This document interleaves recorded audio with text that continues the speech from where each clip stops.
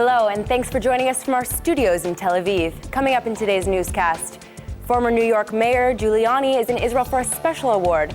An Israeli hiker finds a historical treasure, and we'll tell you why a Palestinian teacher won a $1 million prize.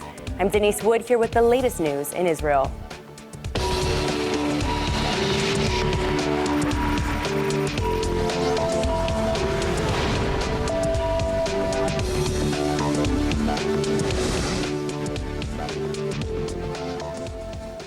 Israel and South Africa have strained relations for over a decade, but it looks like the two countries are finally making moves to restore ties. Israel's Foreign Ministry Director General Dori Gold was in for 3 days last week, and he says the two countries are ready to start improving relations.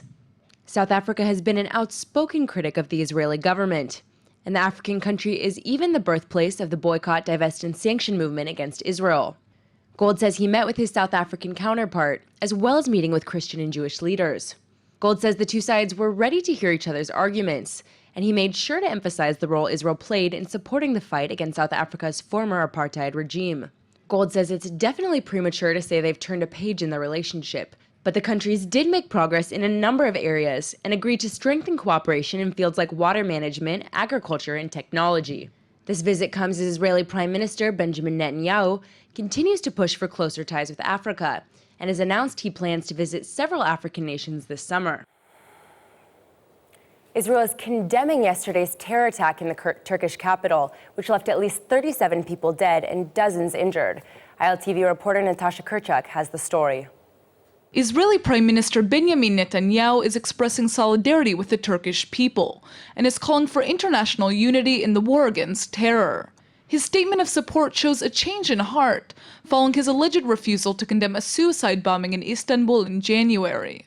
The Israeli message of solidarity comes amid reports that Turkey and Israel are close to restoring ties that were damaged in 2010 following the Mavi Marmara incident. Turkey has said that it will not normalize ties with Israel until the Gaza blockade is lifted, but Israel claims the blockade is necessary to prevent Hamas from importing weapons. Israeli officials are now reportedly discussing the possibility of a port for Gaza to help progress talks with Turkey. Yesterday's suicide bombing in the Turkish capital Ankara caused a massive explosion visible from up to 2 miles away, and security officials believe it was carried out by Kurdish terrorists. The blast is the latest in a series of bombings targeting Turkey as the country faces renewed fighting with the Kurdish rebels and threats from the Islamic State group. The former mayor of New York City has been presented with a special award in Jerusalem for his support of Israel and the Jewish community. The World Jewish Congress gave its certificate of appreciation to Rudolph Giuliani in a ceremony attended by top Israeli officials. Giuliani spoke at the event, emphasizing his support for Israel and saying that President Obama's criticism of the country doesn't reflect the spirit of the American people. The former mayor claims that the vast majority of U.S. citizens have common sense and love Israel. Giuliani is currently serving as an advisor to Republican presidential candidate Donald Trump. He says that Israel deserves 100% backing from the United States, especially because the Jewish state has taken the lead in the war against terrorism. Heart disease is one of the leading causes of death worldwide, and congestive heart failure affects around 23 million people. In the U.S. alone, over 250,000 people suffer from such severe cases of heart failure that they only have a low chance of survival. But an Israeli company might have a solution. Leviticus Cardio has created a ventricular assist device, or VAD, as an alternative to a heart transplant. Leviticus Cardio CEO Michael Zilberschlag is here today with us to tell us more about this life-saving device. Thanks so much for coming in. Hello. So first of all, what is a VAD? Many people know about artificial heart. Everyone hear about that. Also, many people know that artificial heart wasn't a success story. There wasn't really replacing the heart that God gave us. But today, they have a solution that replaces it very quietly. It's called VAD, Ventricular Assist Device. It's working in parallel to the heart. It's not replacing the heart. It's implanted inside the body with the heart and doing the work that the heart's supposed to do. And many people, like about 30,000 people around the world, already use that. And it became a very common device. Now, I understand your company is creating a wireless solution to a VAD. Can you tell us more about what that means and how that will affect people who are using a VAD? Yeah, exactly. We're not doing a VAD ourselves. What we are suggesting to patients that have a VAD, today they have a very bad quality of life. They have a cable that get out of the body and connect to power supply and battery to let them have a power to work the pump that helps the heart.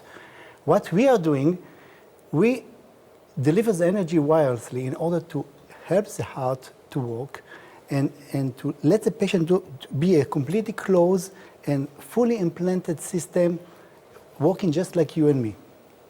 Wow, it's definitely a very important thing then. So can you tell us exactly why is it important to have a wireless VOD? How does it, you said already how it changes their quality of life, but how also could it save their lives? Actually, patients today that have a cable that get out of the body get soon, in time they get infected. Patients that use it more than 2 years eventually going to get infected by time. And this endangers their life. Also, it's very, on the other side, maybe a business side, is that more and more doctors, even that they're supposed to direct the patient to use VAD, they're afraid to do that. They see that as a very bad solution, and they try to steal time and wait before they convince themselves to send the patient to have a VAD, and part of them die while they're waiting. And if they have a better quality of life and have a good solution of wireless, and have a fully implanted system that they can go like us for major part of the day, doctor going to send them sooner and use it more. So it sounds like this is really going to be a game changer. And I understand it's still in development, what your company is doing. When can we expect it to hit the market? Depends what you call hit the market, because it's going to take like 3 years or 2 years till it really get to patient. It start to be implanted. But for us, our customer are the VAD vendors themselves. We're going to connect our system to the VAD vendors. Actually, today there are 2 leaders and about 4 other companies that are waiting and preparing VADs that are going to be ready in 2 years' time. They are all going to be the same, similar. They're all going to give similar solution to the patient. What we can give them is average on the computer, and gives them a ability to differentiate themselves and have a fully implanted system and not a cable connected VAD. Wow, it really does sound like what you're doing is going to be revolutionary. So I want to ask, for people, maybe people who are viewing this right now, who are thinking maybe about getting a VOD, but were concerned about the potential side effects, how do you think what you're doing might convince them that it actually is a good solution for them? It's not going to convince the patient themselves, because patients depend on what the doctor recommends them, and the doctor not going to recommend them to just use the VAD if they don't think so. So the really opinion leader, the ones that lead and decide are the doctors. And today, just in USA, up to 2 years ago, there was a declaration of only people that was entitled to get heart transplant was ready to get a VAD, was entitled to get a VAD, and it was restricted to only about 50 centers in all USA. Wow. But it changed because now the FDA allow to use VAD as destination therapy. I mean, even patients that are not enlisted at all to be entitled to get a VAD can have to get heart transplant, can have a VAD today, and to be listed as the user of a VAD. So it makes it a lot more common. About 1,000 centers in USA, from 50 to 1,000 centers, it's a huge difference. So we are in an inflection point. This is going to become something that people are going to know about. Just like pacemaker was like 3 decades ago, 2 decades ago, and become very common today. The same VAD that was almost anonymous. No one hear about that today, but it's going to become very, very common in 1 decade from now. Well, we're so glad to be hearing about it now, to be the first ones to know. And it sounds like you are really going to save lives and improve the quality of life. Thank you so much for coming in. Thank you. A Palestinian teacher has been awarded a $1 million educational prize for developing a method to promote dialogue for children who've been exposed to violence. Hanana Haroub is a Bethlehem native, and she's been awarded the Global Teacher of the Year prize for her special teaching method in the West Bank. The prize is being awarded from the Varke Foundation in the United Arab Emirates, and it recognizes one teacher internationally for their exceptional work in education. Al-Haroub teaches at the Simika Khalil High School in Al-Bira, and she has a special teaching method that emphasizes nonviolence. She's detailed her approach in a book called We Play and Learn, and says she embraces the slogan No to Violence, and calls for students to embrace dialogue and nonviolent methods of conflict resolution. أنا مش معلم بالصف فقط، يعني أنا بشتغل مرشد تربوي وأخصائي نفسي لأستطيع تغيير السلوكيات، لأدرس نفسياتهم والصعوبات اللي بيعانوا منها. بشتغل على الأخلاق والقيم في البداية، بعدين بقدم معرفة جديدة، بمارس دوري كمعلم. هاي اللي وصلت حنان المنهجية نلعب ونتعلم، الحد من العنف عن طريق نلعب ونتعلم. It turns out Al-Haroub already has plans for the prize money. She says she's going to use some of the money to promote her education methods to her fellow teachers in the West Bank. More than that, she'll use part of the money to give scholarships for children interested in teaching. This award comes as increasing numbers of Palestinian children are committing terror attacks, and recognizes that teachers like Al-Haroub are working to help children see their ideas and not violence as the answer. أنت القوة الحقيقية، آمن بفكرتك، اشتغل عليها، اقنع الناس فيها. تحدى كل الدنيا عشان تقنع الناس فيها وعشان تنشرها، رح تصل لهون. فكرة. Other Palestinian teachers are praising Al-Haroub and say they hope her teaching method can be used to make a big change in the Palestinian education system. وإن شاء الله إنه يعني كثير من المعلمين إننا نصير نتعلم منها ونمشي على الإشي اللي هي مشت عليه، لأنه فعلا يعني اللي بيعايش مع مس حنان الحروب والطلاب اللي بتدرسهم بيلاحظ إنه في نقلة نوعية في التدريس عندنا. Another rare historical discovery has been made in Israel, this time by an Israeli hiker. Lori Rimon was on a hiking trip with friends in the eastern Galilee when she came across a special artifact in the grass. And you won't believe what she found. We sat down for a break in one of the ruins, and when we got up to leave, I was looking down on the ground because of a trip over anything, and I see something shiny on the grass, maybe a coin of sorts. Picked it up, didn't recognize, thought maybe it's a toy, showed it to a few of the other women that were around, and they said, Laura, you're a millionaire. This is amazing. It's ancient. It's gold.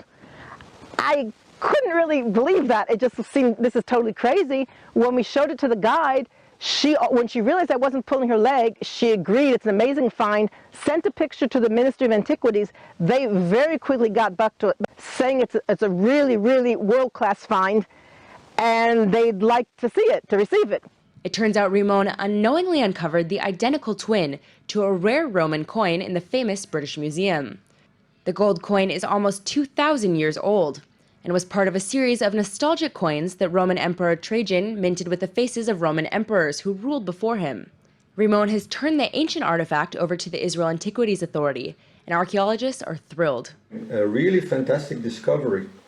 This is in fact a world-class find. It's a gold denarius of the Emperor Trajan, minted in AD 107 in Rome. An extremely well-preserved coin in a fantastic discovery, and it's in fact the only one of its kind in Israel.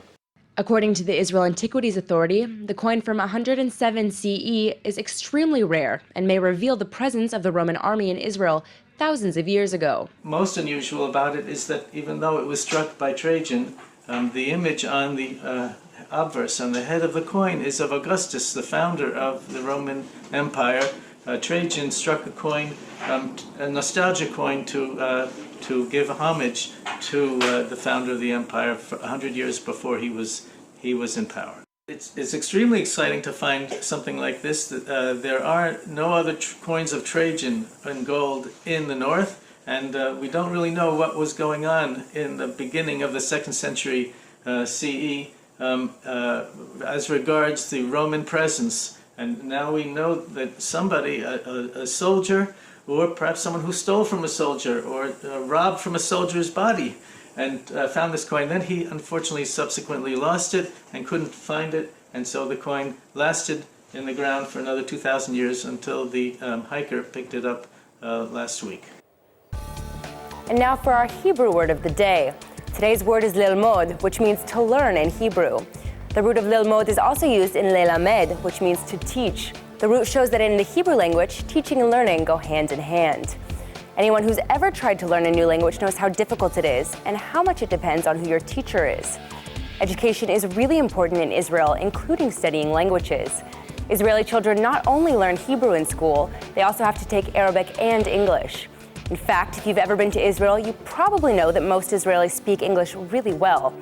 If you want to tell an Israeli you're learning Hebrew, you can say, "Ani lomed ivrit." But don't be surprised if they still try to answer you in English. Israelis study hard, and like any good student, they like to show off what they've learned. Let's go ahead and take a look at the weather forecast. Tuesday is expected to be windy and rainy with a high of 64 degrees, so get your umbrella out. The rain showers should continue into Wednesday, and the temperature will drop down to 63.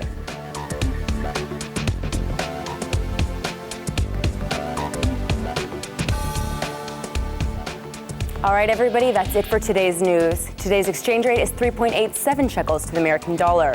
Remember to sign up for our daily newsletter at ILTV.tv. And don't forget to check out our evening update every night at 8 p.m. Eastern Time. Thanks for watching and see you tonight.